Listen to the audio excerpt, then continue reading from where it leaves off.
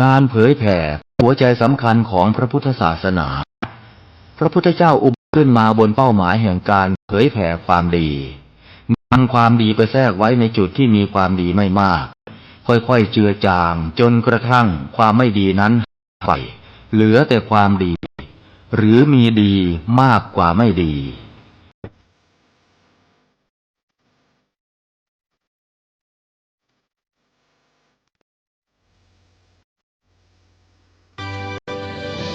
เครือข่ายสถานีวิทยุคลื่นสีขาวเพื่อชาวกระชาร่วมกับมูลนิธิธีรปัญโยและโรงเรียนผู้สูงอายุตำบลซบปาดขอเชิญร่วมทำบุญลอเตียนเข้าพรรษาประจำปี 2569 ในวันเสาร์ที่20 มิถุนายน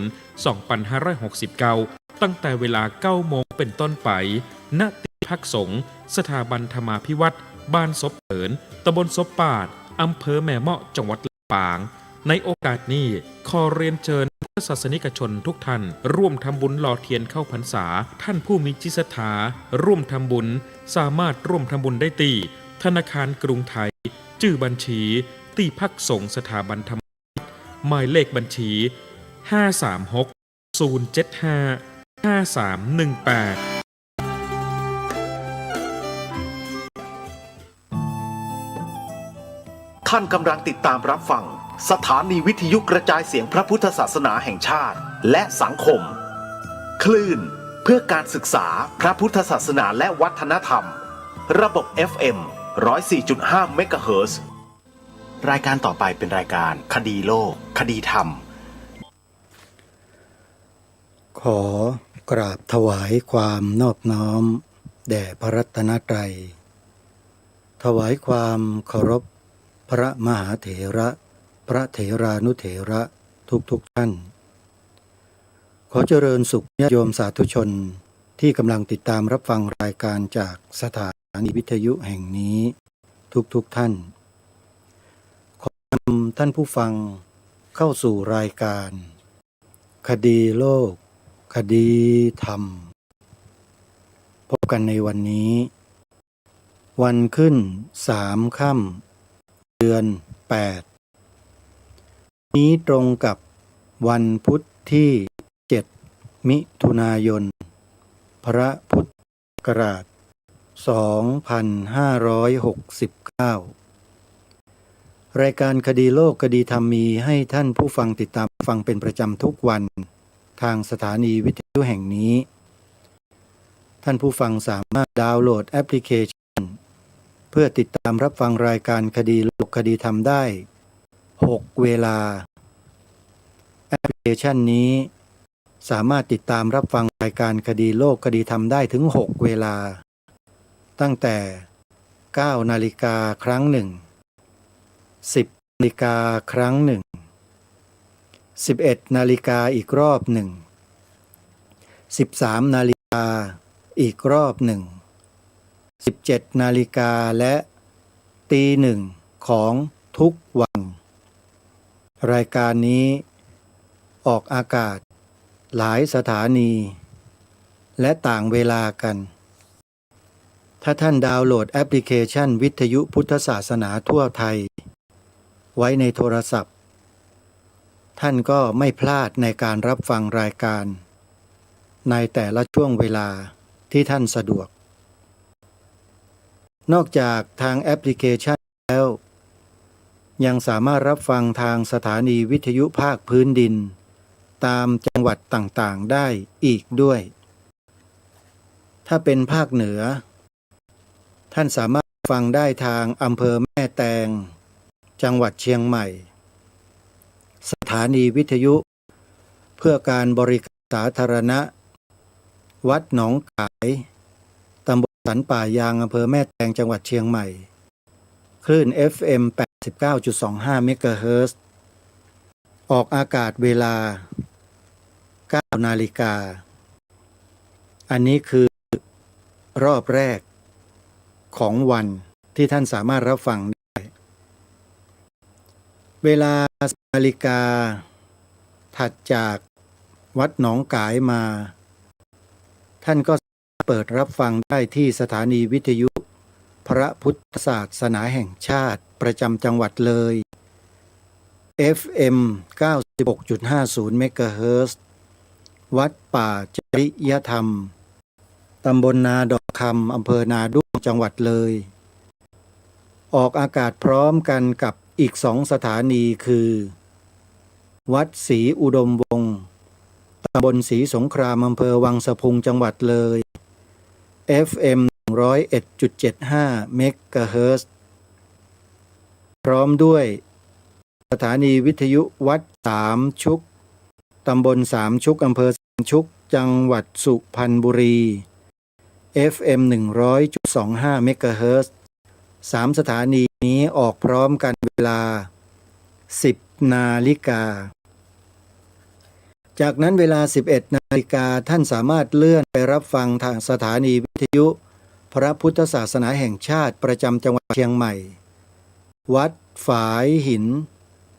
ตำบลสุเทพอำเภอเมืองจังหวัดเชียงใหม่คลื่น FM 104.50 เมกะเฮิรตซ์ได้ในเวลาเพล11 นาฬิกาจากนั้นช่วงบ่ายเวลา 13 นาฬิกาท่านสามารถรับฟังรายการคดีโลกทำได้อีกครั้งหนึ่งทางสถานีวิทยุพระพุทธศาสนาประจำจังหวัด101วัดบ้านปลาคูนตำบลท่าหาดยาวอำเภอโพนทรายจังหวัด101 FM 104.50 เมกะเฮิรตซ์ช่วงเย็น 17 นาฬิกา 5 รับฟังได้อีกครั้งหนึ่งทางสถานีวิทยุพระพุทธศาสนาแห่งชาติประจำจังหวัดเชียงใหม่วัดฝายหินตำบลสุเทพอำเภอเมืองจังหวัดเชียงใหม่คลื่น FM 104.50 เมกะเฮิรตซ์และช่วงดึกเวลาตี 1รับฟังได้อีก1 รอบทางสถานีวิทยุพระพุทธศาสนาแห่งชาติประจำจังหวัดเชียงใหม่วัดฝายหินตำบลสุเทพอำเภอเมืองจังหวัดเชียงใหม่ FM 104.50 เมกะเฮิรตซ์กราบขอบพระคุณผู้อำนวยการสถานีวิทยุพระพุทธศาสนาทุกคลื่นทั้งเครือข่ายธรรมะคลื่นสีขาวเพื่อชาวประชาของภาคเหนือที่ร่วมออกรายการคดีโลกคดีธรรมแล้วยังทำคลิปรายการถ่ายทอดเผยแพร่ทาง YouTube ให้พี่น้องที่สนใจได้ติดตามรับชมรับฟังในรูปแบบของคลิปวิดีโอได้อีกด้วยพร้อมด้วยช่อง YouTube วัดฝายหินญาติโยมที่ต้องการรับฟังรายการคดีโลกคดีธรรมผ่านทาง YouTube ก็สามารถพิมพ์ชื่อรายการลงไปแล้วก็กดค้นหาได้เลยรายการก็จะขึ้นมาให้ท่านผู้ฟังได้ติดตามรับฟังกันการฟังรายการคดีโลกคดีธรรมนั้นท่านใช้วิจารณญาณอย่างมากอย่าฟังเพียงผิวเผินถ้าท่านเปิดมาฟังแล้วฟังโดยผิวเผินโดยไม่พิจารณาให้ถ่องแท้เสียก่อนท่านก็อาจจะเป็นศัตรูกับรายการได้เพราะบางท่านยึดเฉพาะถ้อยคำสำเนียงเท่านั้นแต่ไม่สนใจเนื้อหาพอได้ยินเสียงผู้รายการในลักษณะเช่นนี้ก็ไม่ฟังแล้วก็นำไปคิดเป็นตุเป็นตะว่าอย่างโน้นว่าอย่างนี้ต่างๆนานาอย่างนี้เขาไม่เรียกว่าบัณฑิตจะเรียกว่าอะไรนั้นก็แล้วแต่พฤติกรรมที่จะแสดงออกต่อมาว่าแสดงถ้าแสดงไปในทางที่ก็จะเป็นบัณฑะหรือไม่ก็เป็นคนพาลไปเลยแต่ถ้าไม่แสดงอะไรอยู่เฉยๆเงียบๆก็ยังพอที่จะเป็นบัณฑิตกับเขาได้บ้าง เพราะมีอุเบกขาญาณเป็นหลักแต่บางคนก็มีโลภะมีโทสะญาณคือญาณมิจฉาทิฏฐินะฮะเป็นญาณคือคิดมากนะก็เป็นผู้ที่ไม่ชอบแล้วก็กล่าวโจมตีใส่ร้ายกล่าวหาป้ายสีรายการคดีโลกคดีธรรมเป็นอาจินคนเหล่านี้โยมเป็นคนที่มีใจนะไม่ได้ใฝ่สูงนะโยมนะไม่ได้พิจารณาให้ท่องแท้ไม่ได้ใช้ปัญญาสัมมาทิฏฐิแต่ใช้ปัญญามิจฉาทิฏฐิในการตัดสินปัญหามันก็เกิดขึ้นในใจของเขานั่นแหละจริงๆแล้วอาตมาภาพไม่ได้มีปัญหากับใครได้แต่นำเสนอข้อมูลข้อเท็จจริงให้ทุกท่านได้ฟังเพื่อพิจารณากันเท่านั้นเชื่อไม่เชื่อก็ไม่เป็นไรแต่อย่ามาด่ามาว่าตำหนิมาใส่ร้ายป้ายสีกันไอ้อย่างนี้เขาเรียกว่าไม่ใช่บัณฑิตอย่างที่บอกเมื่อครู่เนี่ยนะถ้ามีวาจาในทางที่กล่าวร้ายใส่ร้ายป้ายสีมันก็เป็นคนพาลเลยนะแต่ถ้าเกิดรังเกียจไม่ชอบรำคาญอันนี้เขาเรียกว่าบันดอกผีครึ่งคนโยมนะไม่ใช่คนเต็มตัวเพราะว่าไม่ได้ใช้ปัญญาพิจารณาเนื้อหาใช้แต่อารมณ์หรือข้างเข้าถูเท่านั้นอันนี้ก็มีนะไม่ใช่ไม่มีนะฟังยังไม่ได้จับไปเกลียดอันนี้น่าเกลียดมากๆคนพวกนี้แต่อาตมาไม่ได้โกรธนะไม่เคยโกรธคนพวกนี้เลยมีแต่สงสารมีแต่เห็นใจที่สติปัญญาของเขามีน้อยพิจารณาในสิ่งที่รายการพูดไม่เป็นคิดไม่ออกนะก็ไม่น่าเชื่อนะขนาดรายอธิบายให้เห็นชัดๆฟังกันชัดๆยกหลักฐานกันมาชัดๆก็ยังไม่เข้าใจอีกอันนี้ก็ต้องขุนกันนานหน่อยนะไม่เป็นไรท่านผู้ฟังส่วนพวกเราท่านทั้งหลายที่ฟังแล้วมีความเข้าใจถึงสถานการณ์แล้วก็ร่วมด้วยช่วยกันเผยแพร่ความถูกต้องของชาติเมืองของเราตามที่ทางรายการนำเสนอไปเนี่ยก็ต้องขออนุโมทนาบุญกับทุกท่านด้วยนั่นถือว่าท่านได้มีส่วนร่วมในการช่วยชาติบ้านเมืองช่วยพระพุทธศาสนาดำรงไว้ซึ่งสถาบันพระมหากษัตริย์ผู้ทรงทศพิธราชธรรมเอาไว้เป็นการช่วยชาติโดยตรงท่านผู้ฟังนะขอฝากทุกท่านได้ช่วยกันใครที่จะแสดงความคิดเห็นเกี่ยวกับเนื้อหาสาระของรายการคดีโลกคดีธรรมที่ออกอากาศเนี่ยโยมสามารถที่จะเข้าไปคอมเมนต์คลิปในเขาเรียกว่าในกระดานข้อความที่อยู่ใต้ช่อง YouTube ฝากเอาไว้เลยท่านผู้ฟังใน YouTube นะโยมแสดงความคิดเห็นได้แต่ก่อนที่จะแสดงความเนี่ยโยมจะต้องใส่อีเมลแล้วก็รหัสเพื่อจะเปิดแสดงความคิดเห็นก่อนเพราะถ้าไม่มีอีเมลไม่มีรหัสสำหรับเปิดโยมก็แสดงคิดเห็นไม่ได้นี่แหละเป็นสิ่งที่น่าเสียดายที่พวกเรามีส่วนร่วมกันน้อยมากก็เพราะเราจำอีเมลนะจำรหัสที่เราใช้งานอยู่เนี่ยไม่ได้อีเมลของแต่ละท่านแต่ละคนที่หนึ่งอีเมลแต่ละคนแต่ละท่านเนี่ยนะมันสามารถนำไปใช้เพื่อจะเปิดเพื่อจะแสดงความคิดเห็นเพื่อที่จะทำอะไรต่อไม่อะไรได้เยอะมากเลยนะใช้ได้เยอะเลยอาตมาเองเนี่ยก็ใช้อีเมลอยู่นะใช้อีเมลอยู่ประมาณ 7-8 อีเมลถามว่าทำอะไรเพื่อไปสมัครเซิร์ฟเวอร์ในการเก็บข้อมูลจำนวนมหาศาล1อีเมลมาเนี่ยสามารถที่จะนำข้อมูลที่เป็นไฟล์ภาพไฟล์เสียงต่างๆในวิดีโอเนี่ยไฟล์ใหญ่ๆเนี่ยเข้าไปเก็บในคลาวด์ได้เลยซึ่งเขาเปิดให้เราใช้ฟรีต่อ1อีเมลเนี่ยถ้าเป็น Google นะถ้าเป็น Google ให้แค่15 กิกะไบต์15 กิก แต่ถ้าเป็นอีกประเภทหนึ่งให้ถึง 1,024 กิกะไบต์โยม 1,024 กิกะไบต์แต่ของ Google ให้แค่ 15 กิกะไบต์ถ้าพูดเป็นกิโลกรัมเนี่ยญาติโยมจะเข้าใจง่ายเอาเป็นสมมุติว่าเป็นกิโลกรัมแล้วกัน Google ให้แค่ 15 กิโลกรัมแต่อีกประเภทหนึ่งที่อาตมาใช้อยู่เนี่ยมีพื้นที่จัดเก็บถึง 1,024 กิโลกรัมมากกว่า Google เยอะไหมมหาศาลเลยฮะเก็บโอ้โหเท่าไหร่ก็ไม่หมดข้อมูลเยอะมากที่พื้นที่ในการจัดเก็บเยอะแต่พวกเราเนี่ยส่วนมากเลยเนี่ยเราใช้กันไม่เป็นถึงบอกว่าน่าเสียดาย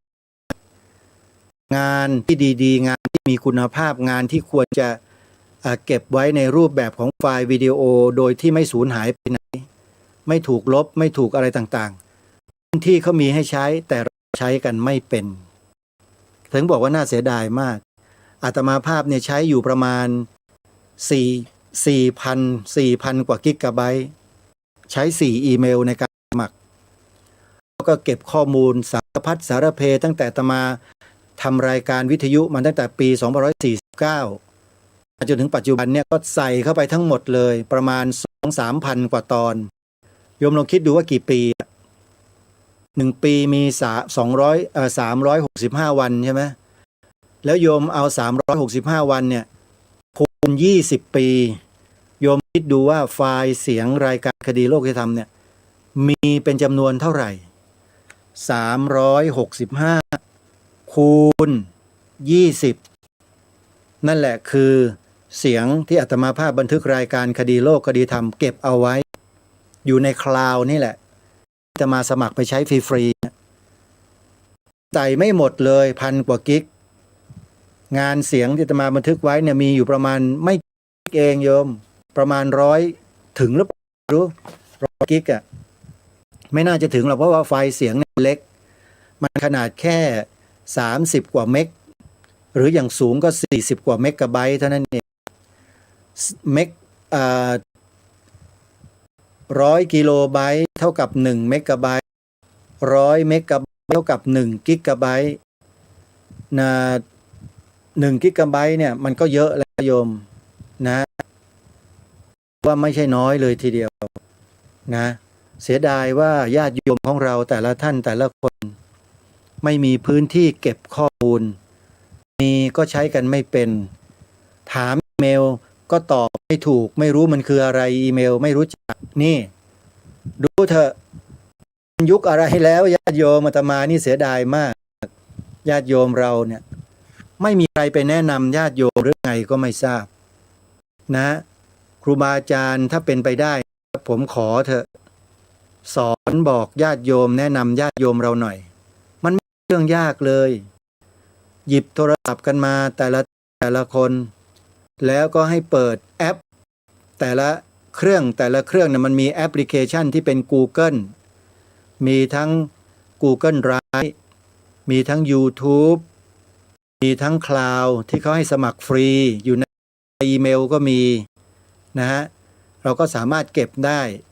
โดยเฉพาะใน Google Drive เนี่ยเขา5 กิก15 กิกนี่ก็ถือว่าน้อยอยู่นะ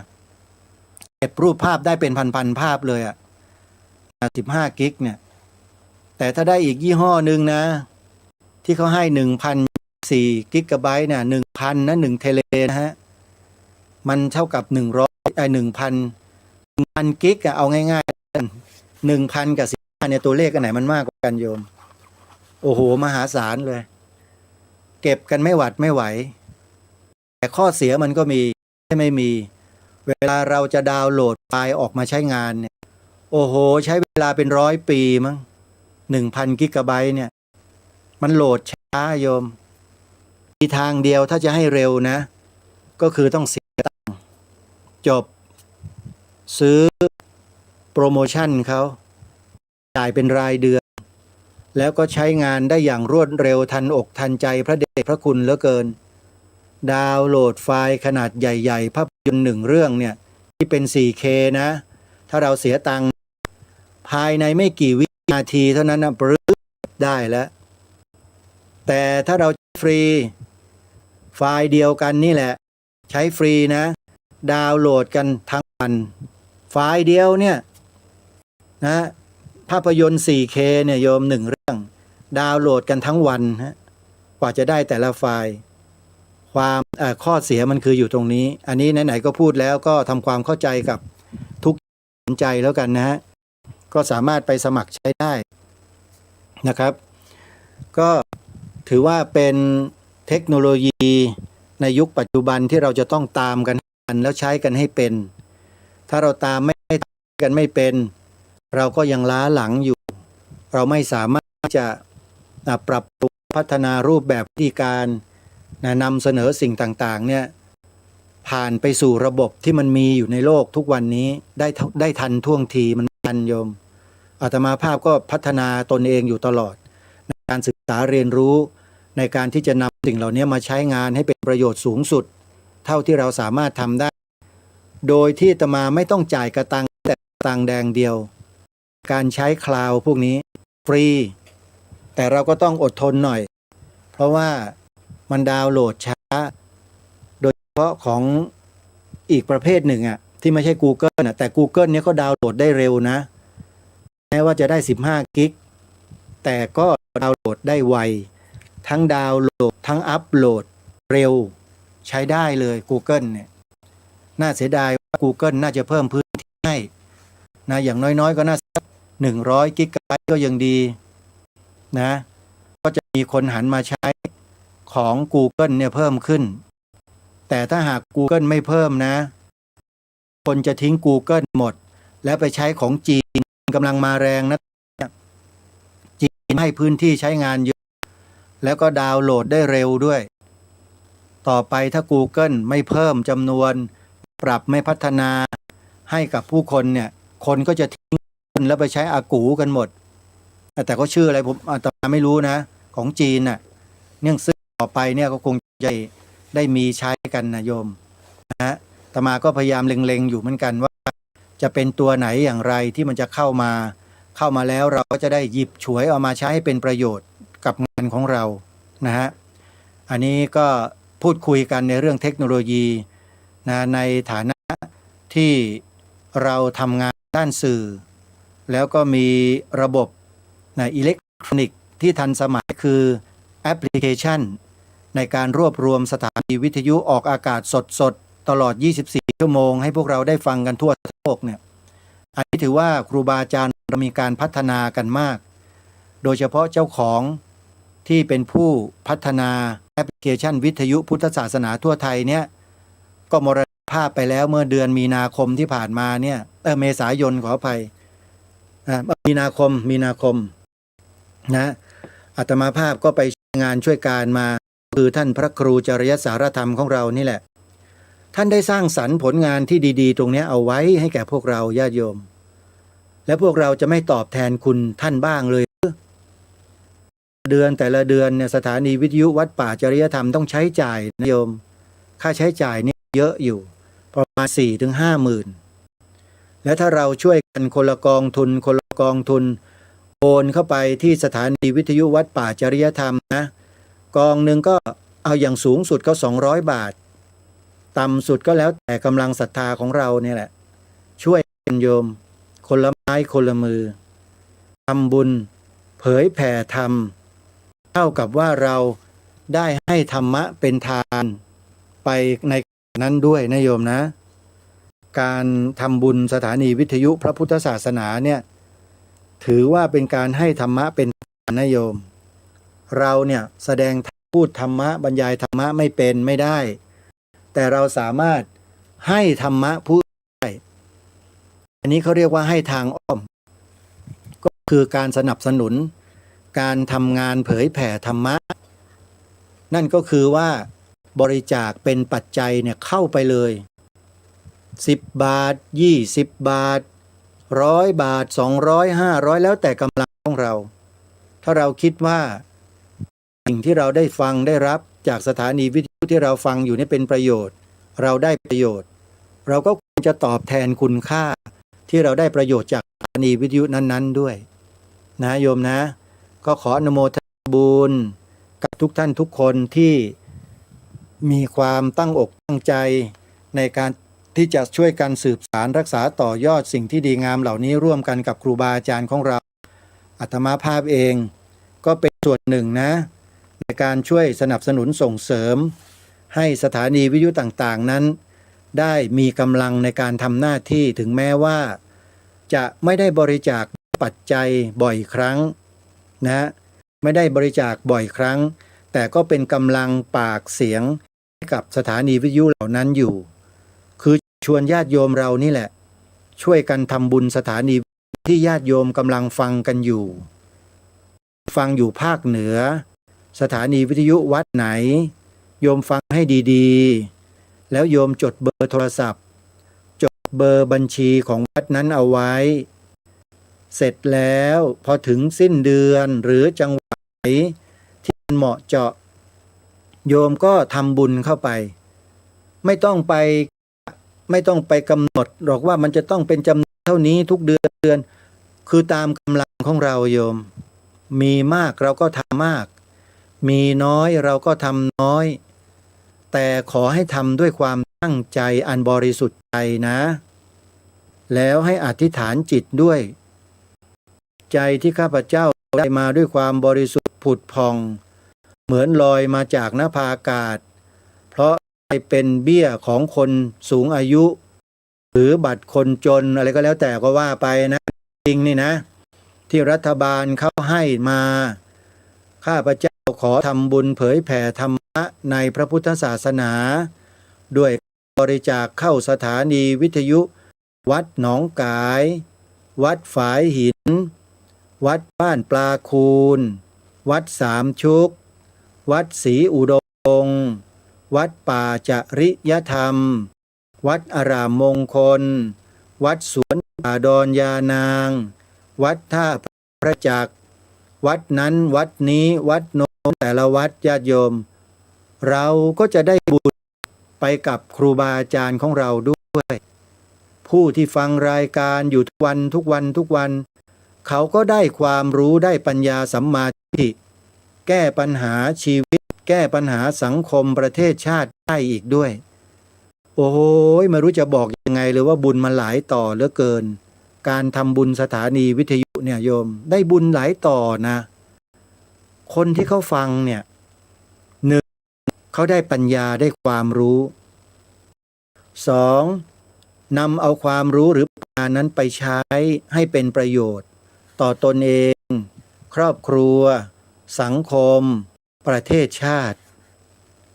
นำความรู้นั้นไปถ่ายทอดลูกหลานเยาวชนคนผู้ใต้บังคับบัญชาได้ความรู้ต่อไปอีกนี่เรียกว่าใช้ดีต่อดีใช้บุญต่อบุญกันแบบนี้อาตมาภาพถึงบอกญาติโยมไงว่าใครก็ตามอย่าว่าแต่บริจาคเงินเลยนะแม้แต่แค่แนะนำให้ดาวน์โหลดแอปพลิเคชันวิทยุพุทธศาสนาทั่วไทยให้ผู้อื่นเขาได้ดาวน์โหลดและนำไปรับฟังเนี่ยเพียงแค่นี้ท่านก็ได้บุญมหาศาลแล้วแต่อย่าอิ่มบุญนะอย่าเบื่อบุญอย่าอิ่มบุญเป็นขาดเพราะถ้าโยมอิ่มบุญแล้วเลิกทำบุญเนี่ยโอ้โหน่าเสียดายชีวิตมากโอกาสมาแล้วไม่ไขว่คว้าพระสัมมาสัมพุทธเจ้าตรัสไว้ชัดเลยว่าสุโขปุญญสะอุจจโยแปลว่าการสั่งสมบุญนำสุขมาให้เห็นไหมเพราะฉะนั้นลมหายใจเข้าออกเนี่ยต้องเป็นบุญโยบุญกุศลผลบุญเราต้องสร้างต้องสั่งสมต้องทำไว้ให้ต่อเนื่องอย่าประมาทนะโยมนะสังคมในโลกเราเนี่ยมันมีสิ่งที่จูงใจเราให้ลงต่ำเยอะเหลือเกินแค่เปิดหน้าจอทีวีจอหลักๆที่เขาดูนิยมดูกันเนี่ยเราก็เห็นแล้วเราได้ยินแล้วจูงจิตดึงจิตเราลงต่ำตลอดเวลาเลยลงต่ำไปเรื่อยมีแต่สิ่งร้าย สาระทั้งนั้นเลยโยมลองเปิดดูดิเนี่ยเปิดเวลาไหนก็เจอสิ่งไร้สาระเวลานั้นนะเป็นสาระนี่น้อยมากน้อยจริงในยุคอดีตทีวีโทรทัศน์วิทยุยังมีสาระมากกว่าแต่ปัจจุบันนี้สิ่งไร้สาระมันแซงหน้าซะแล้วโยมอาตมาภาพเลยสาปแช่งตัวเองเลยเลิกดูโทรทัศน์ช่องหลักทั้งหมดเลิกดูถ้าไม่ใช่เรื่องสำคัญนี่ไม่ดูเลยอย่างพระราชกรณียกิจของพระบาทสมเด็จพระเจ้าอยู่หัวและพระบรมวงศานุวงศ์เนี่ยอันนี้สำคัญดูข่าวเกี่ยวกับพระศาสนาข่าวเกี่ยวกับทางไปปฏิบัติธรรมทำคุณงามความดีข่าวแบบเนี้ยดูแต่ถ้าข่าวอันไหนเป็นลบแล้วทำจิตใจตกต่ำจิตใจเราไม่มีศรัทธาเกิดศรัทธาตกเลิกดูไม่แตะไม่ฟังทั้งเสียหายโยมทำแบบนี้นะถ้ามีข่าวอะไรที่มันไม่ดีทำให้ใจเราตกใจเราเสียปิดหรือไม่ก็ย้ายหนีไปดูที่อื่นไม่ต้องไปดูมันมีแต่ใจเราจะเสียใจเราจะแย่โดยเฉพาะพวกสื่อแมลงวันที่นำเอาข่าวไม่ดีของพระสงฆ์มาตีแผ่เอามาวิพากษ์วิจารณ์เอามาประจานเละเทะอย่างเนี้ยโยมถ้าใครยังไปดูกันอยู่นะเสียใจด้วยจิตเตสังกิริเถทุคติปาติสังขาแน่นอนชัวร์เลยถ้าดูบ่อยๆนี่พวกที่นำเสนอเนี่ยไอ้พวกนักข่าวทั้งหลายทั้งปวงเนี่ยมันไปอยู่แล้วพวกนี้ไม่ต้องกลัวเพราะมันคนเป็นนำเอามาเผยแพร่ให้คนทั่วไปดูมันบาปหนักกว่าล้านเท่าคนพวกนี้มันไปก่อนอยู่แล้วไม่ต้องกลัวโยมอาตมาเนี่ยไม่ต้องไปทำอะไรเขาหรอกนะแค่เรียกว่าสื่อแมลงวันนี่เขาก็ด่าแย่แล้วโยมไม่ต้องไปทำอะไรไม่ต้องไปว่าอะไรเยอะคนพวกนี้เพราะว่าสันดานของเขามันเป็นอย่างนั้นชอบไอ้สิ่งเร็วๆสิ่งที่ไม่ดีไงเขาจึงเอานำเสนอแต่สิ่งเหล่านั้นอยู่ไอ้พวกเราเป็นผู้เสพผู้บริโภคก็ไปเสพไปดูดไปดื่มไปกินในสิ่งเน่าๆเหม็นๆไม่ดีมาอีกมันก็ติดเชื้อเท่านั้นเองพอติดเชื้อในกระแสจิตทีนี้ก็ทำผิดพูดผิดคิดผิดอย่างเดียวแล้วจะไปไหนล่ะจ๊ะจิตเตสังกิริเถทุคติปาติขานะจ๊ะโยมไปนรกจ้าอบายภูมิทั้งสี่นะจ๊ะมีสัตว์เดรัจฉานเปรตมีอสุรกาย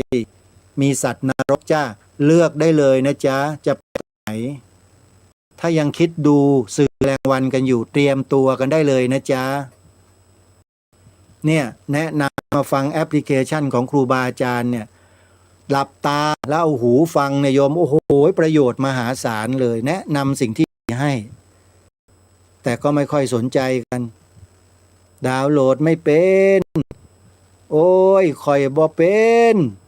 เอาเวลาไปหาโทรศัพท์เจ้าสิไปหาโทรศัพท์ได้จังไดล่ะมีไผเขาพาไปซื้อล่ะมีใครแนะนำล่ะบอแค่ดาวน์โหลดนี่ดาวน์โหลดกันบ่เป็นโอ้ยน่าเสียดายมากเลยเนี่ยมีแต่สิ่งดีๆทั้งนั้นเลยที่นำเสนอออกผ่านวิทยุแอปพลิเคชันเนี่ยโยมนะไม่ว่าใครทั้งนั้นโยมที่มาพูดมาแสดงมากล่าวมาเปิดออกให้ฟังเนี่ยล้วนแล้วแบบมีสาระมีประโยชน์ทั้งนั้นยกเว้นบางคนนะที่ยังตำหนิพระอยู่เนี่ยไอ้แบบเนี้ยระวังให้ดีนะโยมคนที่ชอบตำหนิชอบว่าชอบสีพระเนี่ยโยมต้องระวังพวกนี้ให้ดีนะระวังให้หนักๆด้วยนะโยมไม่เช่นนั้นแล้วเดี๋ยวจะไปด้วยกันนะฟังไว้ด้วยนะโยมนะ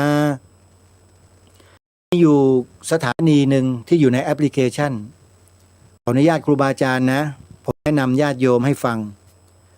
ในแอปพลิเคชันเนี้ยวิทยุพุทธศาสนาทั่วไทยเนี่ยช่วงเวลาประมาณ9 โมงถึงเวลาเที่ยงโดยประมาณนะโยม9 10 11 12นี่แหละประมาณ 2-3 ชั่วโมงเนี่ยจะมีหลวงพ่อองค์หนึ่งมาคอยตอบปัญหาธรรมะที่ญาติโยมสงสัย ไม่ว่าจะเป็นเรื่องอะไรแต่หลวงพ่อตอบให้หมดเลยดีมากเลยโยมอาตมายังชอบฟังเลย ชื่อสถานีวิทยุนะ เสียงธรรมพุทธบวรโยมอยู่ตอนต้นๆนะโยมเลื่อนขึ้นไปนิดนึงเดี๋ยวก็เจอเป็นธรรมจักรนะสัญลักษณ์อะเสียงธรรมพุทธบวรครูบาอาจารย์อย่าเพิ่งน้อยใจผมนะแนะนำสิ่งดีๆให้โยมเขานิดนึงมีแค่ช่วงเวลานะครับที่ผมจะให้เขาฟังนะหลวงพ่อคลายปัญหาได้แล้วก็ตอบตรงตามพระธรรมวินัยด้วย แล้วก็เป็นภาษาชาวบ้านธรรมดาสามัญฟังแล้วเข้าใจทันทีไม่ต้องไปตีความไม่ต้องไปเยินเยอะอธิบายความไปมากมายก่ายกองไม่ต้องอย่างเช่นคำว่าชั่วช่างชีดีช่างสงเนี่ยโยมฟังหลวงพ่ออธิบายแล้วโอ้โหอาตมาหายสงสัยเมื่อก่อนนี้ไม่รู้หรอกว่าคำว่าชั่วช่างชีดีช่างสงเนี่ยท่านให้หมายถึงอะไรอาตมาจะสรุปง่ายๆนะโยมโบราณนะเป็นคำโบราณนะคนโบราณเขาถือนักถือหนาเรื่องของสงฆ์เรื่องของพระเขาไม่มาแตะและไม่ยุ่งเด็ดขาดเลยเพราะคุณไม่รู้อะไรเป็นฆราวาสหัวดำๆนอนเบียดเสียดกับลูกกับเมียกันอยู่ในมุ้งทุกคืนคุณจะมาดีจะมารู้จะมาเก่งกว่าพระจะมาด่ามาว่ามาไอ้นั่นพระไม่ใช่ฐานะเลยคนโบราณนี่ถือมากจึงคำนี้ออกมาว่าชั่วช่างชีดีช่างสงเขาไม่ยุ่งคนสมัยก่อนคนโบราณที่ก็เป็นบัณฑิตเป็นอะไรเนี่ยเขาไม่กล้าเลยนะพระสงฆ์จัดการกันเองพระพุทธเจ้าทรงมีพระพุทธบัญญัติไว้ร้อยหมดแล้วเพราะฉะนั้นหลวงพ่อท่านพูดว่าไงรู้ไหมหลวงพ่อสุภชัยเนี่ยใช่ป่ะจำชื่อท่านไม่ได้แล้วหลวงพ่อท่านบอกว่า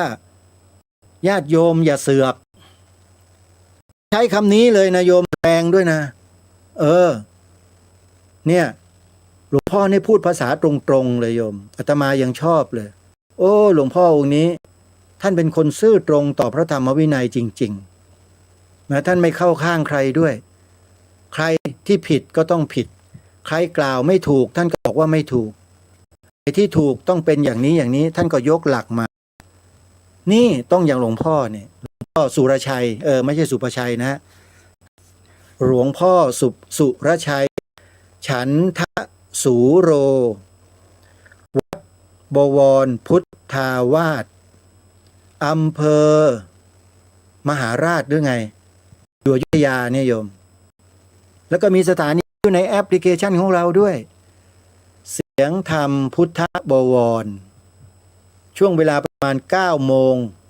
เป็นต้นไปถึง11 โมงหรือยังไงนี่แหละฟังเถอะชัวร์เลยแต่มาฟังทุกวันหลวงพ่อท่านตอบปัญหาแล้วก็มีโยมผู้หญิงคนหนึ่งคอยถา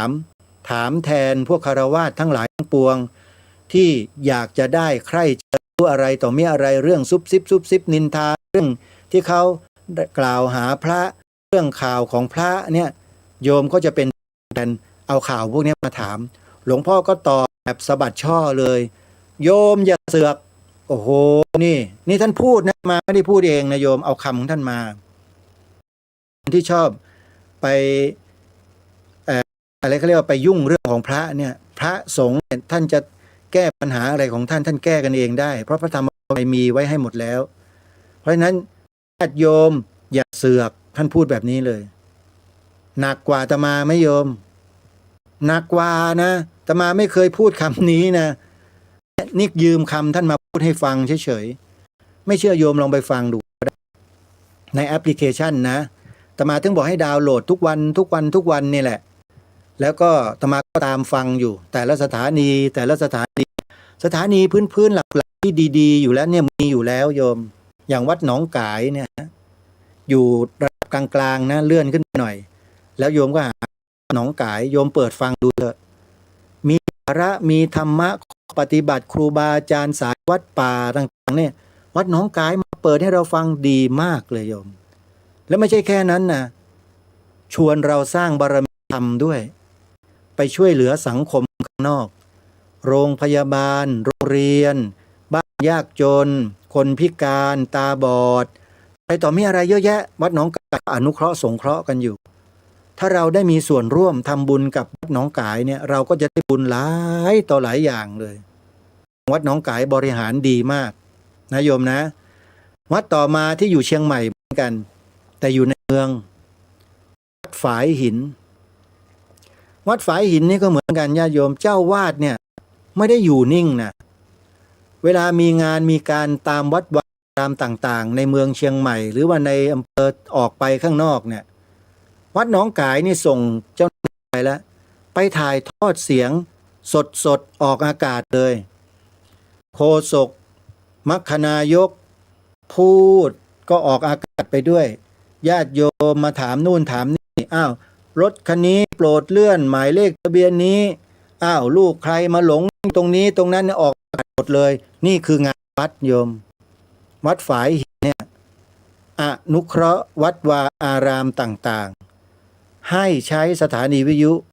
ถ่ายทอดกิจกรรมของวัดงานบุญงานกุศลงานอะไรต่างๆประเพณีพื้นบ้านทางล้านนาวัดฝายหินรับหมดเลยแล้วโยมจะไม่ทำบุญกับวัดฝายหินได้ยังไงใช่ไหมชาวเชียงใหม่นี่คือกระบอกเสียงที่ดีที่สุดที่พระสงฆ์ท่านทำด้วยความซื่อสัตย์สุจริตไม่มีนอกไม่มีในไม่มีแปะเจี๊ยะไม่มีค่าจ้างทำให้ฟรีเห็นไหมด้วยนะดีด้วยโยมนะลงมาที่อีสานตอนเหนือจังหวัดเลยนี่ก็เหมือนกันโยมสถานีวิทยุของครูบาอาจารย์ของเราอย่างเช่นวัดป่าจริยธรรมนี่คือหลักเลยนะเจ้าของแอปพลิเคชันวิทยุพุทธศาสนาทั่วไทยที่เราฟังกันได้ทั่วทั้งโลกทั่วทุกพื้นที่ของบ้านของเมืองเนี่ยทุกซอกทุกมุมโยมไปนอนลังกาที่ไหนก็ฟังได้ต่างจากสมัยก่อนวิทยุทรานซิสเตอร์สะพายบ่าไปเดี๋ยวมือไปโดนปุ่มเดี๋ยวน้ำเข้าเดี๋ยวควายขวิดวิทยุพังฟังไม่ได้สัญญาณขาดแต่เดี๋ยวนี้มีแอปพลิเคชันโทรศัพท์มือถือเปิดเข้าไปเถอะปิดหน้าจอก็ยังดังตกน้ำมันก็ยังดังโยมนะหายไปมันก็ยังดังอยู่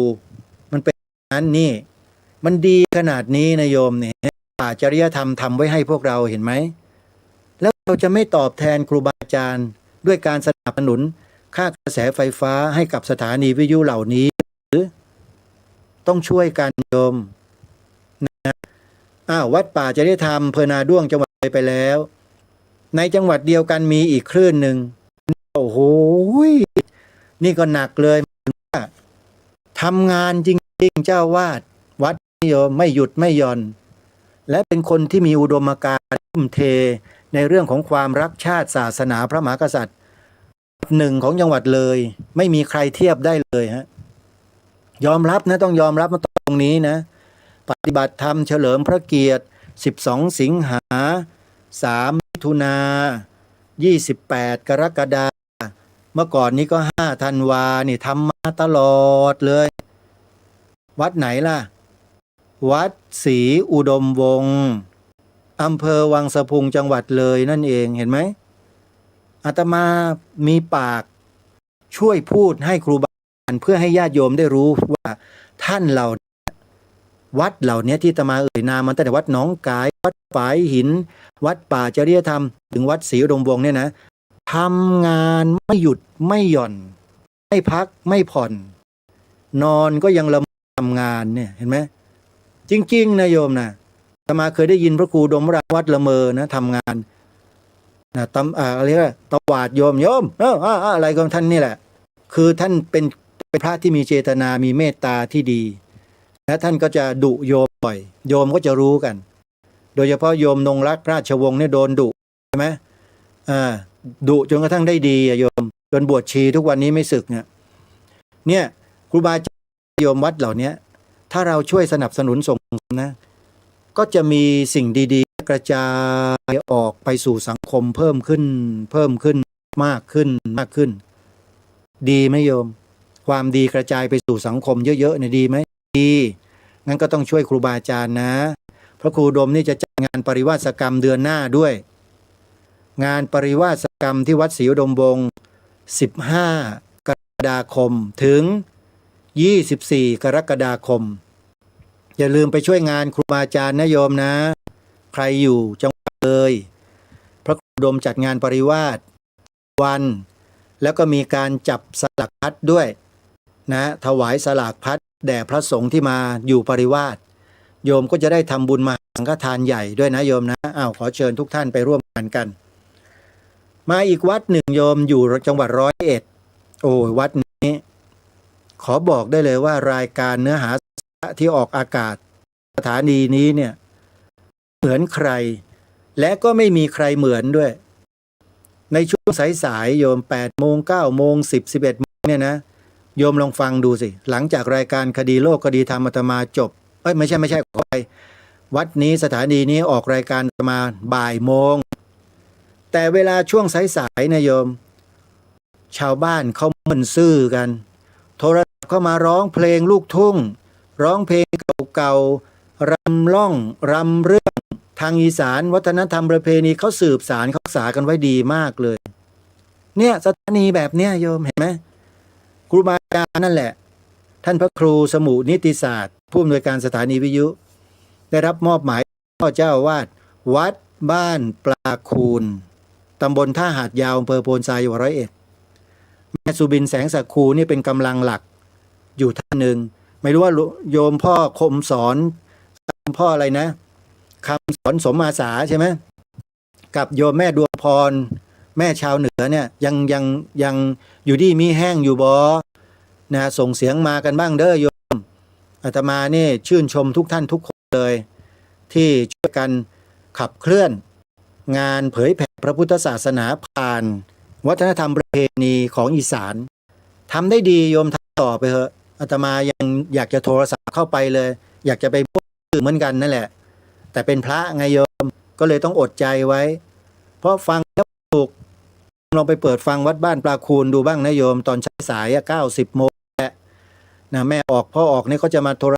คุยกันแบบชาวบ้านเนี่ยเขาเรียกว่าสันทนาการเห็นไหมทำให้คนวิ่งเข้าหาธรรมะโดยอาศัยสิ่งเหล่านี้แหละคือว่าทำพื้นบ้านมาเป็นตัวเราไว้กล่อมจิตกล่อมใจกันไปเห็นไหม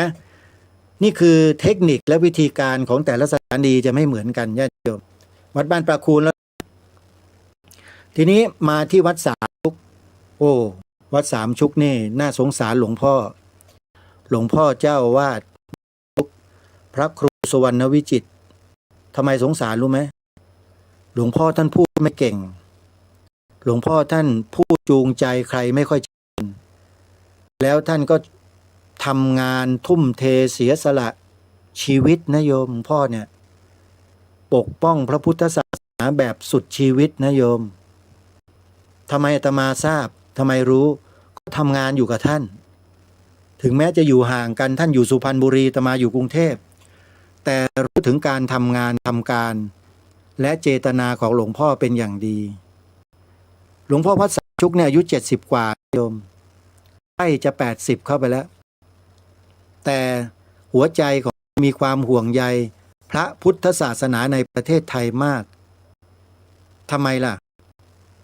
ก็ท่านรู้เหมือนอย่างที่อาตมารู้นี่แหละและเมื่อท่านรู้อย่างนั้นอย่างนี้แล้วเนี่ยท่านก็อดไม่ได้เป็นห่วงลูกหลานประชาชนคนไทยในอนาคต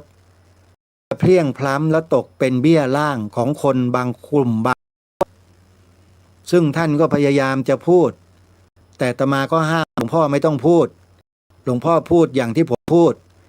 ไม่ไปเอ่ยชื่อเอ่ยนามใครทั้งหลวงพ่อคือหลวงพ่อท่านก็จริงใจนะโยมแล้วก็จริงจังด้วยบางทีก็พลั้งเผลอไป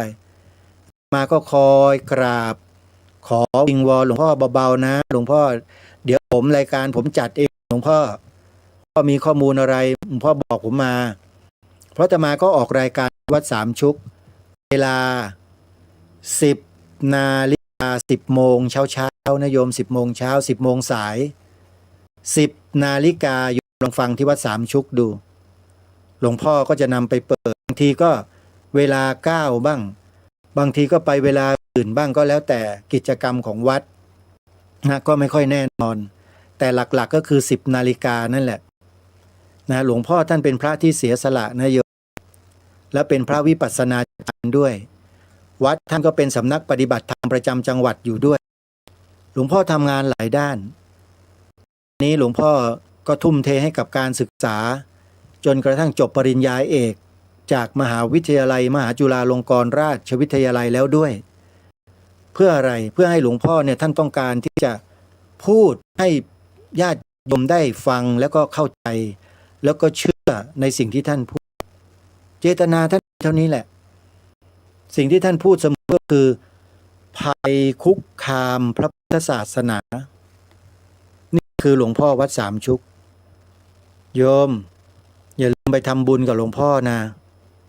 หลวงพ่อทุ่มเทเสียสละให้กับพระศาสนาให้กับบ้านเมืองขนาดนี้และโยมทิ้งท่านได้ลงคอหรือไม่ได้นะโยมต้องไปช่วยท่านนะอนุโมทนาบุญกับทุกท่านด้วยนอกจากนั้นก็มีวัดรามมงคลยางตลาดกาฬสินธุ์ท่านก็ทำงานน่าดูเหมือนกันแล้วก็วัดสวนป่าดอยยานางของท่านประหลัดเดชาก็ไม่ใช่น้อยหน้าตอนนี้มีสถานีวิทยุเกิดขึ้นใหม่อยู่ในใจกลางเมืองกาฬสินธุ์แล้วและเดี๋ยวอาตมาภาพก็จะได้ร่วมด้วยช่วยกันนำข้อมูลมาเผยแพร่ให้ญาติโยมได้ตามกันเอาละท่านสาธุชนญาติโยมทุกท่านเวลามาสู่ช่วงท้ายอีกแล้ววันนี้อาตมาอยู่ที่สวนป่าสามัคคีธรรมแล้วนะโยมนะใครจะทำบุญสร้างศาลาขอเชิญได้ติดต่อหรือทำบุญโอนปัจจัยเข้ามาได้เลยนะโยมอนุโมทนาบุญทุกท่านหมดเวลาขอความสุขสวัสดีมีแด่ท่านผู้ฟังทุกท่านทุกคนเถิดเจริญพรที่จบไปแล้วนั้นเป็นรายการคดีโลกคดีธรรมรายการโดยพระครูประหลัดนรงค์ฤทธิ์